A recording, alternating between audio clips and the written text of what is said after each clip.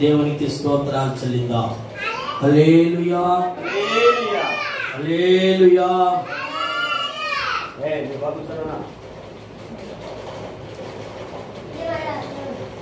దేవుని ప్రేమను బట్టి, దేవుని మహాకృపను బట్టి ఈరోజు మనము సజీవ లెక్కలో మనల్ని ప్రభు ఉంచాడు కనుక ప్రభుకే మహిమ కలుగును గాక. హల్లెలూయా. మనము చక్కగా దేవుని వాక్యమును ప్రకటిస్తూ ఉండగా దేవుని బిడ్డలమైన మనము శ్రద్ధగా వినడానికి మనము ప్రయత్నం చేద్దాం. శ్రద్ధగా వినడానికి ప్రయత్నం చేద్దాము. మరి దేవుని ఏ విధముగా ఎలా స్తుతించాలి, దేవుని ఏ విధముగా ఎలా స్తుతించాలి రాసుకున్న వాళ్ళు పరిశుద్ధ గ్రంథములో ఉన్న మాటలను బట్టి మనము రాసుకుందాము. మరి ఈ ప్రసంగము దేవుని ఏ విధముగా ఎలా స్తుతించాలి. ఇక్కడ భక్తుడు అంటున్నాడు, కీర్తనలతో పాటలతో దేవుని స్తుతించాలి. దేవుడు చెప్తున్న మాట ఏం చెప్తున్నాడంటే, కీర్తనలతోనూ పాటలతోనూ దేవుని స్తుతించాలి.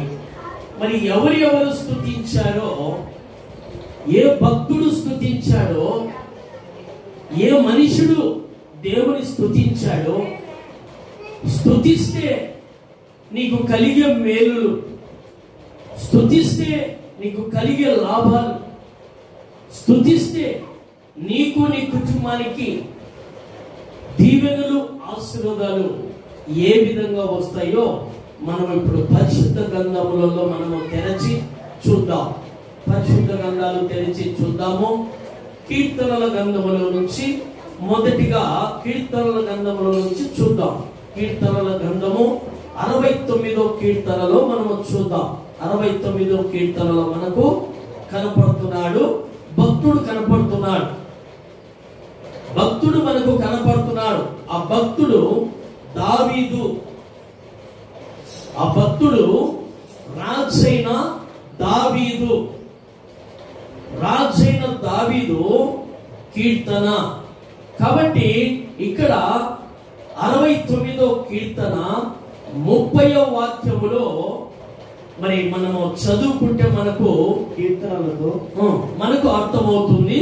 కాబట్టి దేవుని బిడ్డలమైన మనము కీర్తనలతో నేను దేవుని నామమును స్తుతించెదను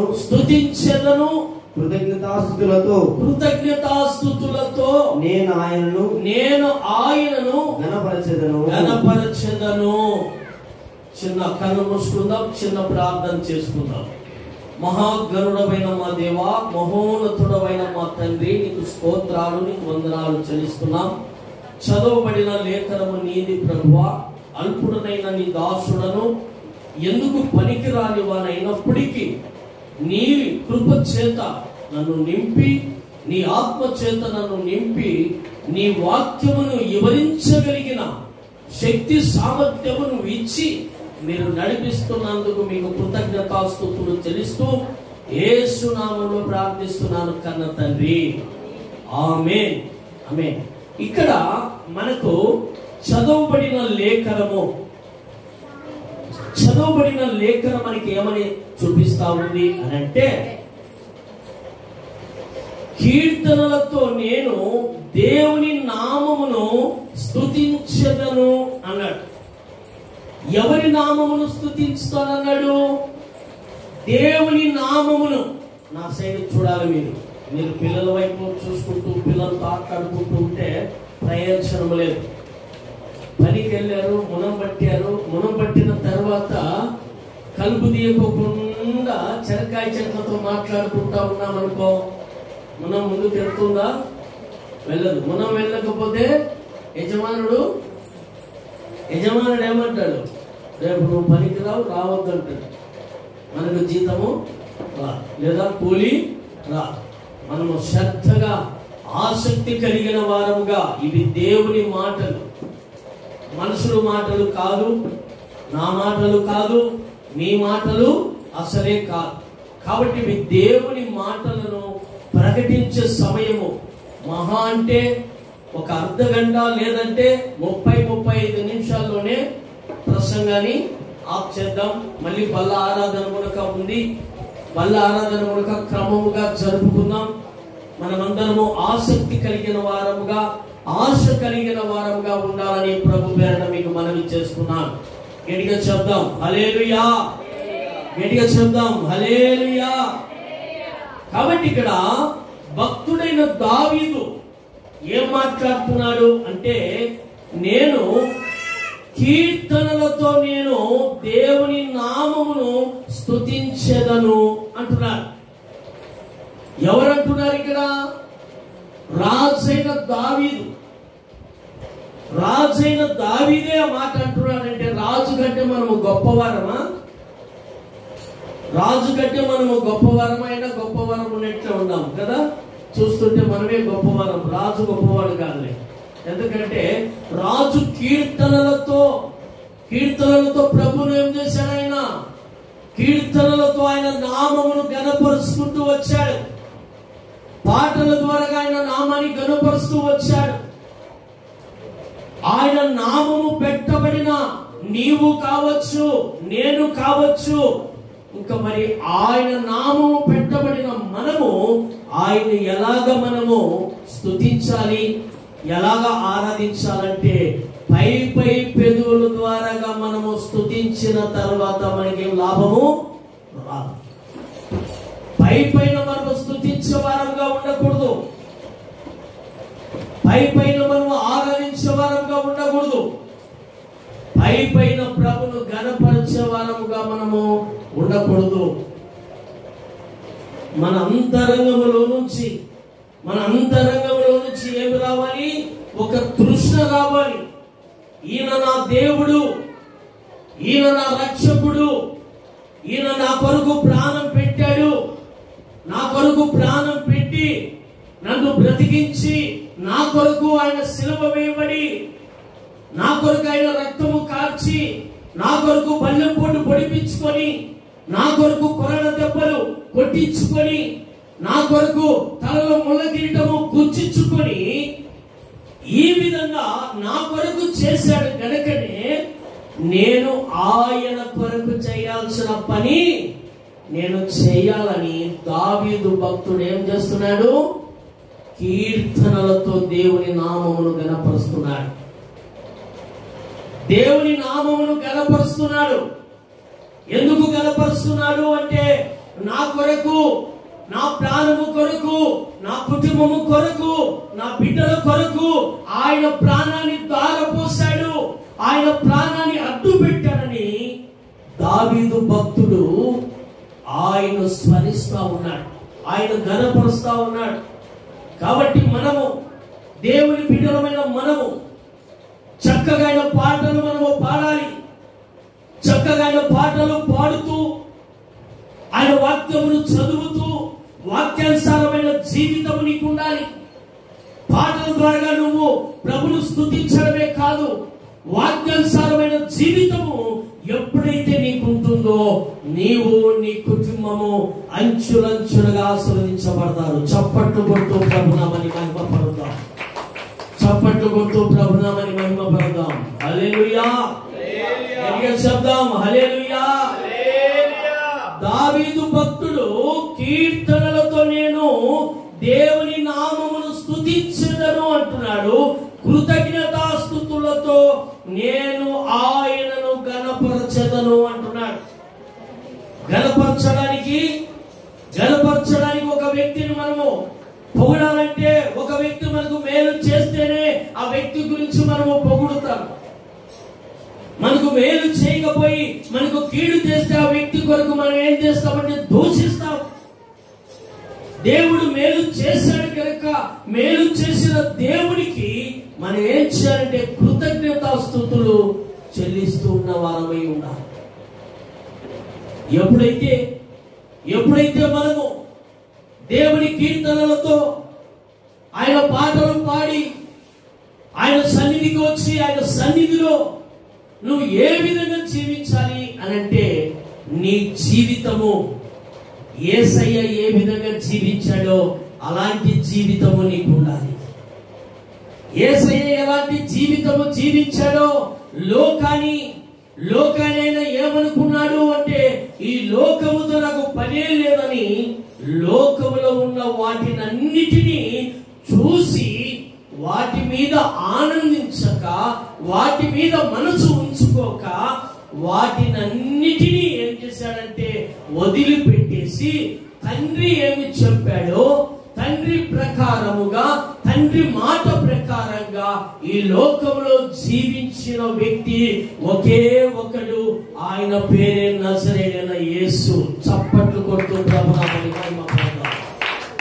దేవుని మాట జబదాటకుండా దేవుని మాట ఏ విధంగా చెప్పాడో ఆ విధంగా విన్నాడో ఆ విధంగా ఆ ప్రకారంగా సిద్ధపరిచి ఆ విధంగా నడిచి ఆ విధంగా జీవితాన్ని గడిపి తండ్రి దగ్గరికి చేరాడు గనుకనే ఈరోజు నీవు నేను గనుక మన తండ్రి దగ్గరికి చేరాలంటే మన తండ్రి ఏ విధంగా తన తండ్రిని మహిమపరిచి ఆయన దగ్గరికి చేరాడో మన తండ్రిని కనుక మనము మహిమపరిచి మన తండ్రి దగ్గరికి మనము చేరేవారమై ఉండాలి. పరలోక రాజ్యము నీకు ఇస్తాను అనగానే ఊరికనే వస్తుందా? పరలోక రాజ్యానికి మీకు ఇస్తానని ప్రభు చెప్పాడు గనక ఊరికనే ఇస్తాడా?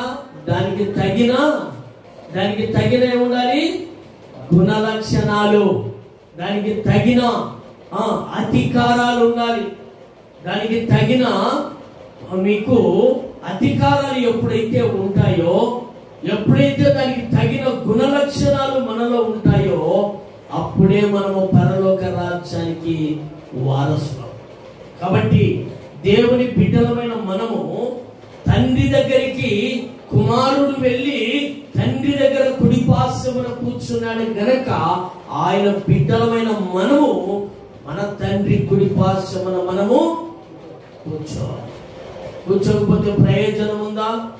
ఎన్ని రోజులు మందిరానికి వచ్చినా ప్రార్థన చేసే విధానమే తెలకపోతే, ఎన్ని రోజులు మందిరానికి వచ్చినా పాటలు పాడే విధానమే తెలకపోతే ఇంకా ప్రయోజనం ఏముంది? 1వ తరగతిలో కూర్చునే బిడ్డ 1వ తరగతిలోనే ఉంటే ఎట్లా? సంవత్సరం ఒక క్లాసు పెరుగుతూ ఉండాలి. ఒక క్లాసు పెరగాలంటే ఖచ్చితంగా నీవు 1వ తరగతి నుంచి 2వ తరగతిలో ఉన్న అక్షరాలు నీవు చదవగలిగితే నిన్ను 2వ తరగతికి చేరుస్తాయి. కాబట్టి దేవుని బిడ్డలమైన మనము రాజైన దావీదు ప్రార్థన చేస్తా ఉన్నాడు. తర్వాత ప్రభును కీర్తనలతో ప్రభును గణపరుస్తున్నాడు. కింద కూడా ఒక మాట ఉంటుంది, చదవండి. ఎందుకంటేను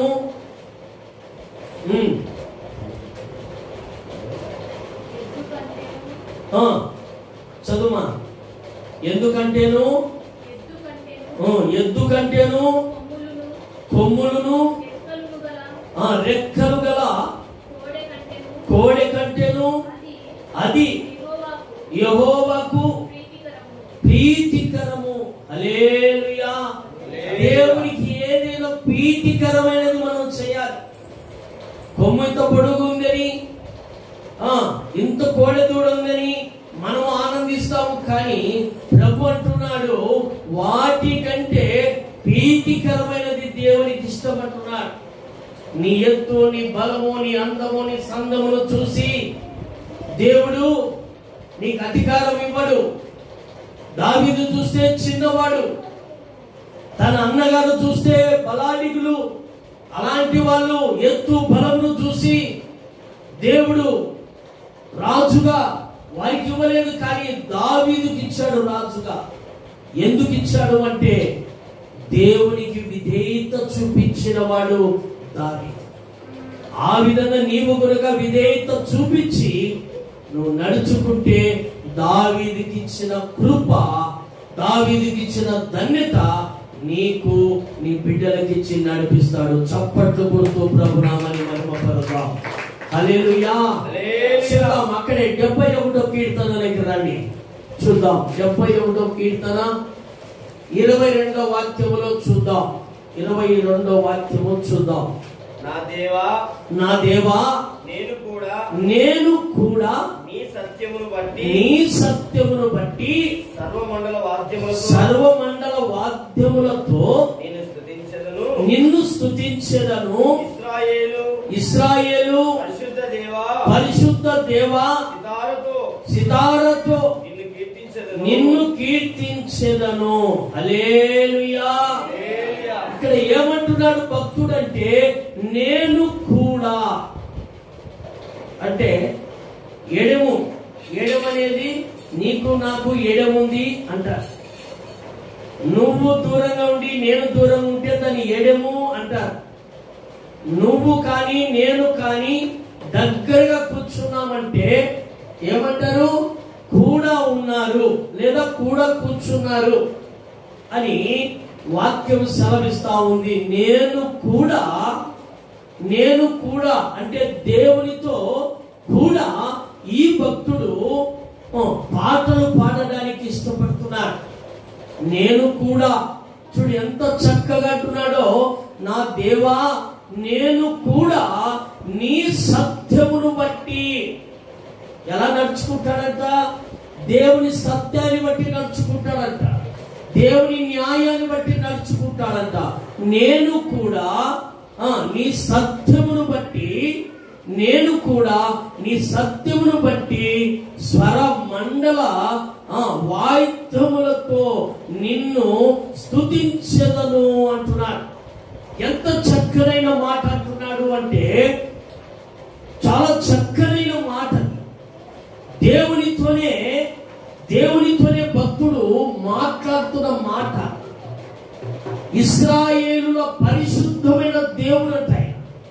ఎవరి దేవుడు అయినా ఇశ్రాయేలుల పరిశుద్ధమైన దేవుడు అయినా. మరి అలాంటి దేవుని మనం ఎలాగ ఆరాధించాలి? పరిశుద్ధమైన దేవుని మనము ఆస్కామాస్గా మనం ఆరాధించాలా? మరి కళ్ళు మూసుకోండి అనగానే కళ్ళు మూసుకొని ఎందుకు?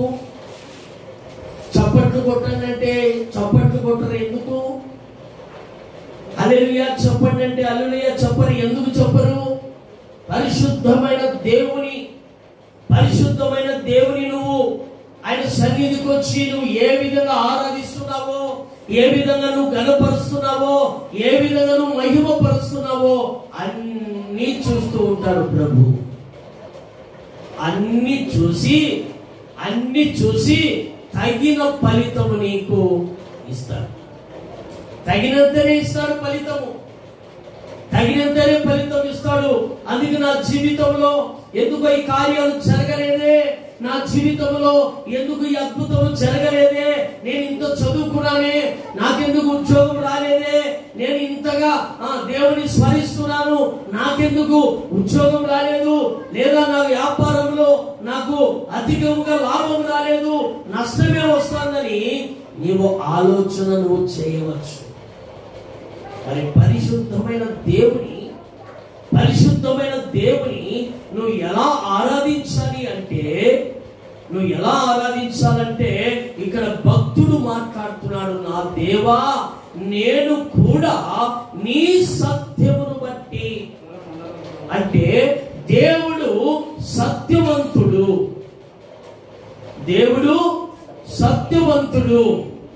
దేవుడు న్యాయవంతుడు, దేవుడు పరిశుద్ధుడు, నీతికి ఆధారమైన దేవుడు గనక ఆయన్ను మనము గనక ఎలాగ ఆరాధించాలి? పరిశుద్ధంగా ఆరాధించాలి. పరిశుద్ధంగా ఆరాధించాలి. దేవుని సన్నిధికి పరిశుద్ధంగా రావాలి. పరిశుద్ధంగా వచ్చి పరిశుద్ధంగా దేవుని మనము ఆరాధించే వారముగా ఉండాలని దేవుని లేఖనం సెలవిస్తా ఉంది. అక్కడ చూద్దామా మరొక మాట, 98వ కీర్తనలో చూద్దాం మరొక మాట. భక్తుడు మాట్లాడిన మాటను మనము జాగ్రత్తగా చూద్దాం. 98వ కీర్తన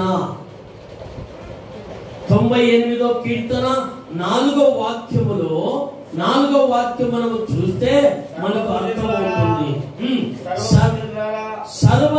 సర్వభూజ్యులారా యెహోవాను బట్టి ఉత్సహించుడి, ఆర్భాటముతో సంతోష గానము చేయుడి, కీర్తనలు పాడుడి. హల్లెలూయా. ఇక్కడ చూడండి, ఎవరికి చెప్తున్నాడు ఈ మాట? ఎవరికి చెప్తున్నాడు? సర్వభూజ్యులారా అంటున్నాడు. సర్వభూజ్యులారా అంటే ఎవరెవరు ఆరాధించాలని కోరుకుంటున్నాడు అంటే, ఇక్కడ దేవుడు మనకు రాయించిన మాట, ఈ భూమి ఎక్కడెక్కడ ఉందో ఈ సర్వ భూమి మీద ఉన్న ప్రతి ఒక్క వ్యక్తి దేవుని ఆరాధించేవారుగా ఉండాలని దేవుని లేఖనం సెలవిస్తా ఉంది. ఒకరిద్దరు ప్రభును స్తుతించాలని, ప్రభుని ఆరాధించాలని కాదు. ఇక్కడ సర్వభూజ్యులారా యెహోవాను బట్టి ఉత్సహించుడి అంటున్నాడు. ఎవరిని బట్టి మనం ఉత్సహించాలి? దేవునిని బట్టి మనం ఉత్సహించాలి. దేవునిని బట్టి మనము సంతోషించాలి. అతిశయించాలంటే దేవుని బట్టి అతిశయించాలి. కానీ మనదేమైనా ఉందంటే మనది ఏమీ లేదు. ఏమైనా ఉందా? ఏమీ లేదు. ఈరోజు ఇక్కడ ఉంటాము, ఈరోజు ఇక్కడ ఉంటాము, రేపు ఇక్కడికి వస్తామో రాలేమో, వచ్చే ఆదివారానికల్లా ఇక్కడికి వస్తామో రాలేమో. అయినా ఆదివారం దాకా కాదు, కానీ ఇప్పుడు ఈ పూట ఇక్కడ ఉన్న మనము సాయంకాలం వరకైనా ఉంటాము అని గ్యారెంటీ ఉందని చెప్పగలిగిన వారు ఎవరైనా ఉన్నారు అంటే ఎవరు చెప్పలేరు. ఎవరు చెప్పలేరు. మనకు కూలర్ కొంటే కూలర్కు గ్యారెంటీ ఇచ్చారు, వారంటీ ఇచ్చారు, గ్యారెంటీ ఇచ్చారు. సంవత్సరం గ్యారెంటీ ఉంది, వారంటీ అయితే 2 సంవత్సరాలు ఉంది. మనిషికి ఏమైనా గ్యారెంటీ ఉందా? లేదు. గ్యారెంటీ ఇచ్చేవాడు ఉన్నాడు. గ్యారెంటీ ఇచ్చేవాడు ఒకే ఒకడు ఉన్నాడు. ఆయన పేరు నజరేయుడైన యేసు. ఆయన ఇస్తాడు గ్యారెంటీ, మరి ఎవరు ఇవ్వలేదు. మనిషికి మాత్రం గ్యారెంటీ ఇచ్చేవాడు ప్రభు ఉన్నాడు. అందుకే ఇచ్చికేయకి ఇచ్చాడు. ఇచ్చికేయ ప్రార్థన చేశాడు.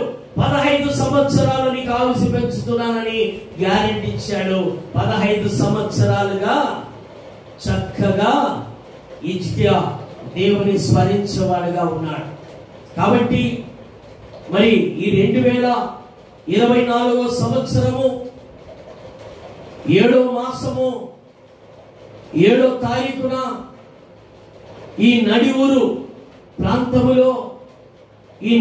ప్రాంతములో పిండిబడి వద్ద ఇండియన్ పెంతెకోస్తు కృపా ప్రార్థన మందిరమును ప్రభు ఇక్కడ నిలబెట్టి ప్రభు నడిపిస్తున్నాడు. అయితే ఆయన కృపనే కానీ ఆయన కనికరం ఉంది కాబట్టి ఇక్కడ ఈ మందిరము జరుపుకోవడానికి ఆయన కృపనిచ్చి నిలబెట్టాడు. ఇది ఆయననే. పోలీస్ స్టేషన్ దగ్గర నుంచి లేదా సిఎస్ఐ చర్చి దగ్గర నుంచి కనుక వెనక పక్క నుంచి రావచ్చు. వస్తే ముందుకు వస్తే ఇక్కడ ఒక పిండిబడి అనేది ఉంది. ఈ రైల్వే స్టేషన్ కనుక ఒకప్పుడు ఈ దావలో వెళ్ళేవారు. మరి ఇప్పుడైతే గోడలు కట్టేశారు కాబట్టి ఇప్పుడు వచ్చేదానికి లేదు. కాబట్టి ఈ నడిఊరులో పిండిబడి దగ్గర మరి ఈ మందిరము మరి ప్రారంభించడము జరిగింది. ఐపీసీ కృపా ప్రార్థన మందిరము ఇక్కడ మనము జరుపుకుంటున్నాము అనంటే ఇది కేవలము యేసయ్య కృప చేత మాత్రమే, కానీ మన శక్తి చేత గాని మన బలము చేత గాని ఇక్కడ మనము జరుపుకోలేము. కాబట్టి మనకు ప్రతి ఒక్క విషయానికి గ్యారెంటీలు ఉన్నాయి, కానీ మన ప్రాణానికంటూ గ్యారెంటీ అంటూ లేదు. గ్యారెంటీ ఇవ్వగలిగిన వాడు ఒకే ఒకడు, ఆయన ఒక్కడే గ్యారెంటీ ఇవ్వగలడు. గ్యారెంటీ ఇవ్వగలడు ఎందుకంటే మన తల్లి గర్భంలో మనల్ని రూపింప చేసినప్పుడు నుంచి ఆయన మనల్ని కాపాడుతూనే ఉన్నాడు. ప్రతి విషయంలో కాపాడుతున్నాడు. నువ్వు ట్రైన్లో పోతే కాపాడుతున్నాడు, నువ్వు బైక్ లో పోతే కాపాడుతున్నాడు, నువ్వు సెల్ ఫోన్ పెట్టి ఇచ్చిత పెట్టుకొని పోతున్నా కాపాడుతున్నాడు ఆయన. నువ్వు ఎంత స్పీడు వేగంగా పోతున్నా ఆయన కాపాడుతున్నాడు, ఆయన నడిపిస్తున్నాడు. నీకు ముందొచ్చే వాహనాలు నీకు టచ్ కాకుండా ఆయన కాపాడుకుంటున్నాడు. నువ్వు వెళ్ళే స్పీడ్కు, నువ్వు తిరిగే తిరుగుడులకు, అన్ని విధాలకు ఆయన కాపాడుతూ ఉన్నాడు. కనుక ఆ కాపాడే ప్రభును నువ్వు ఎలా స్మరించాలి అంటే, నువ్వు ఎలా ఆరాధించాలి అంటే, ఇక్కడ భక్తుడు మాట్లాడుతున్నాడు. సర్వపూజ్యులారా యెహోవాను బట్టి ఉత్సహించుడి. ఆర్భాటముతో ఎలా వెళ్ళాలి? మనము దేవుని ఆరాధించడానికి ఎలా వెళ్ళాలి? ఆర్భాటముతో వెళ్ళాలి, ఊరిక కాదు. దేవుని ఆరాధించాలంటే, దేవుని మహిమపరచాలంటే మనం ఏ విధంగా ఉండాలంటే ఆర్భాటము కలిగిన వారముగా ఉండాలి, ఆసక్తి కలిగిన వారముగా ఉండాలి. ఈ ప్రభును మనము ఆరాధించాలి, ఈ ప్రభును గణపరచాలి, ఈ ప్రభు దగ్గర నుంచి మనము దీవెనలు పొందాలి, ఈ ప్రభు దగ్గర నుంచి మనము ఆశీర్వాదాలు పొందాలి అనే ఒక ధైర్యముతో, ఒక మంచి మనసు, ఒక మంచి మనస్సాక్షిగా నీవు ఉండి ప్రభును నువ్వు స్మరించేవారుగా ఉండాలని ఇక్కడ ప్రభు వాక్యం సెలవిస్తా ఉంది. హల్లెలూయా, హల్లెలూయా. ప్రియ సహోదరి, ప్రియ సహోదరుడా, దేవుడు మాట్లాడుతున్న మాటలను జాగ్రత్తగా నువ్వు వినాలి. జాగ్రత్తగా విని నీ హృదయంలో నీవు భద్రము చేసుకోవాలి. బంగారును భద్రము చేసుకుంటే దొంగలు కర్ణం వేస్తారు. డబ్బును నువ్వు భద్రము చేసుకుంటే చిమిటలు కొడతాయి. ధనమంతటిని సమకూర్చుకుంటే ఈ లోకానికి సంబంధించింది కాదు గాని పరలోక సంబంధించిన సంబంధంగా ఉన్న ఆస్తిని నువ్వు సంపాదించుకొని నీవు పరలోక రాజ్యములో మహిమలో తండ్రి దగ్గర నువ్వు నిలవాలని ఆయన కోరుకుంటున్నాడు. చప్పట్లు కొడుతూ ప్రభునామని మహిమ పలుకుదాం. హల్లెలూయా. మరొక మాట కనుక మనము చూద్దాం, మరొక మాట చూద్దాం. అక్కడ వాయిద్యములతో దేవుని స్తుతించారు. ఎవరు స్తుతించారో చూద్దాం. 100 కీర్తనల గ్రంథము, కీర్తనలలో 150వ కీర్తన చూద్దాం. 150వ కీర్తన 3వ వాక్యము చూద్దాం. 3వ వాక్యము, 4వ వాక్యము, 5వ వాక్యం వరకు మనము చూద్దాం. హల్లెలూయా, హల్లెలూయా. బూరధ్వనితో ఆయనను స్తుతించుడి. సర్వమండలముతోను సితారతోను ఆయనను స్తుతించుడి. తాంబురతోను నాట్యముతోను ఆయనను స్తుతించుడి. అంతివాద్యములతోను పిల్లన గోవితోను ఆయనను స్తుతించుడి. మోగు తాళముతో ఆయనను స్తుతించుడి. గంభీర ధ్వని గల తాళములతో ఆయనను స్తుతించుడి. సకల ప్రాణులు యెహోవాను స్తుతించును గాక. యెహోవాను స్తుతించుడి. హల్లెలూయా. ఇక్కడ దేవుడు ఏ విధంగా నువ్వు స్తుతించాలనో, ఏ విధంగా నువ్వు ఆరాధించాలనో దేవుడు పరిశుద్ధ గ్రంథములో చక్కగా రాయించాడు. ప్రియ దేవుని బిడ్డలారా, ప్రియ దేవుని సంగమా, దేవుని కలిగి ఉన్న నీవు, దేవుడు చెప్తున్న మాటలు వింటున్న నీవు ఏ విధంగా ప్రభును ఆరాధించాలనో, ప్రభును ఏ విధంగా నీవు మహిమపరచాలనో, ప్రభును ఏ విధంగా నీవు స్తుతించాలనో ప్రభు చక్కగా రాయించాడు. మరి రాయించిన ప్రకారముగా ఈ వాద్యాలు మన దగ్గర ఎక్కడి నుంచి వస్తాయ్యా అని నువ్వు అనవచ్చు. దేవుడే నీకు చక్కని స్వరములిచ్చి, చక్కని నోరిచ్చి, చక్కగా పాడించి, చక్కగా ప్రభు నిన్ను గణపరచగలడు. అయితే నీవు ఆయన మాటలు విని ఆ ప్రకారంగా నువ్వు నడుచుకోవాలని ప్రభు పేరట మీకు మనవి చేస్తున్నా. దేవుని బిడ్డలమైన మనము, దేవునితో కలిసి నడుస్తున్న మనము, దేవుని ఆరాధించాల్సిన రీతులు నేర్పిస్తున్నాడు, దేవుని ఆరాధించే పద్ధతులు నేర్పిస్తున్నాడు, దేవుని గణపరచగలిగిన ఏ విధంగా మనము గణపరచాలో ఆ విధానాలు మనకు నేర్పిస్తున్నాడు. హల్లెలూయా. చివరిగా ఒక మాట కనుక మనము చూద్దాం. 2వ దినవృత్తములలోకి రండి. 2వ దినవృత్తములు చూద్దాం. 5వ అధ్యాయము, 2వ దినవృత్తములు 5వ అధ్యాయములోకి రండి, చూద్దాం.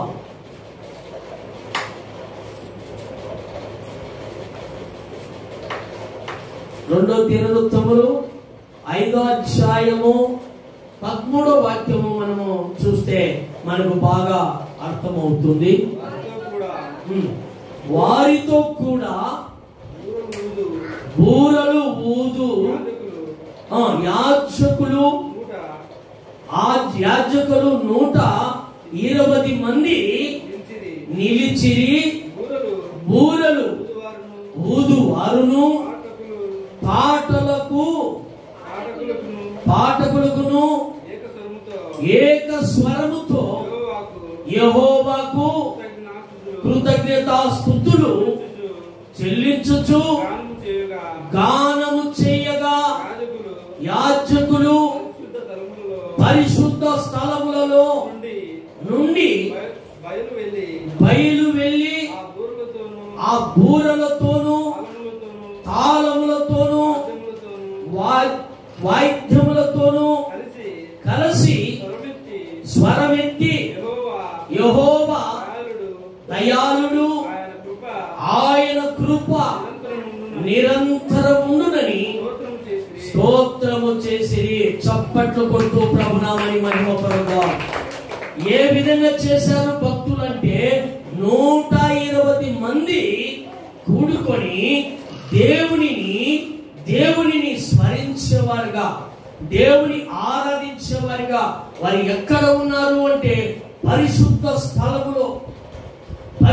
స్థలములో దేవుని స్మరిస్తా ఉన్నారంట. మరి దేవుని బిడ్డలమైన మనము, దేవుని ప్రియ సంగమా, దేవుడు చెప్తున్న మాటను మీరు జాగ్రత్తగా విని ఆ ప్రకారంగా నువ్వు నడుచుకుంటే దేవుడు నిన్ను, నీ కుటుంబాన్ని, నీ బంధువులు, నీ స్నేహితులు అందరినీ ప్రభు దీవించగలడు. ఆయన దీవించగలడు. ఆయన కోట్లాది మందినైనా దీవించగలడు. సర్వభూజనులనే దీవించగలడు. దీవెనలు, ఆశీర్వాదాల ప్రభు దగ్గర మెండుగా ఉన్నాయి. చప్పట్లు కొడుతూ ప్రభునామని మహిమపరదాం. ఇంతమందికి దీవెన ఇవ్వడానికి యాడున్నదయ్యా ప్రభు దగ్గర అని మనం ఏమన్నా అనుకోవచ్చు. దీవెన ఇవ్వాలంటే ప్రభు దగ్గర ఎక్కడి నుంచి వచ్చాయి అని, ఎవరికి తగిన జీతము వారికి ఇస్తాడంట ప్రభు. అందుకే ప్రభు ఏం చేశాడు తెలుసా? ప్రభు ఏం చేశాడంటే పొద్దున కూలికి పిలిచడానికి వెళ్ళాడు. పొద్దున మొదలుకొని వచ్చాడంట ఒకడు వచ్చి ఆయన చేనులో పనికి వచ్చాడు. ఖాళీగా ఉన్న వారందరినీ ప్రభు ఏం చేశాడంటే అందరూ నా తోటలో పనికి రాండి అని అందరినీ పిలిచాడు. పిలిచి అందరికీ ఏం చేశాడు తెలుసా? 1 దినార చొప్పుననే పంచాడు. ఆయన 1 రూపాయి మాత్రమే పంచాడు. మొదట వచ్చిన వారి కానుంచి చివరి వచ్చిన వారందరికీ కలిసి ఆయన ఏం చేశాడంటే ఒక్కొక్కరికి ₹1 చొప్పుననే ఇస్తూ వచ్చాడు. ముందు వచ్చిన వాడు అనుకున్నాడట, నాకేమన్నా ఎగస్ట్రా దొరుకుతుందిలే అని. ముందొచ్చిన వాడికైనా ఒకటే, వెనకొచ్చిన వాడైనా ఒకటే. దేవుని ఆరాధించటలో, దేవుని గణపరచుటలో, దేవుని మహిమ పరచుటలో నువ్వు ఎంత ఎదిగావో దానికి తగిన ఫలితాలు దేవుడు నీకు ఇవ్వడానికి సిద్ధముగా ఉన్నాడు. హల్లెలూయా. కాబట్టి దేవుని బిడ్డలమైన మనము, దేవుని సంఘమైన మనము, దేవుని కుమార్తెలమైన మనము దేవునిని పోలి మనము నడుచుకోవాలి. ఎవరిని పోలి నడుచుకోవాలి? అక్కను చూసి ఈ యొక్క పోలి నడుచుకోకూడదు.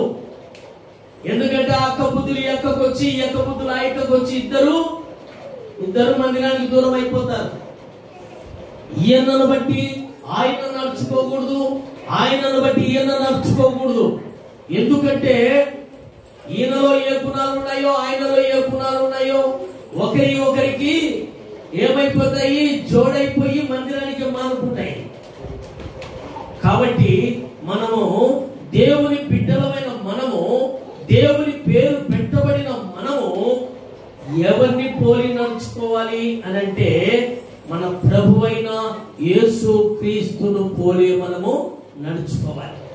ఆ విధంగా నడుచుకొని ఆ విధంగా మనము జీవితాలు మనము కట్టుకోవాలి.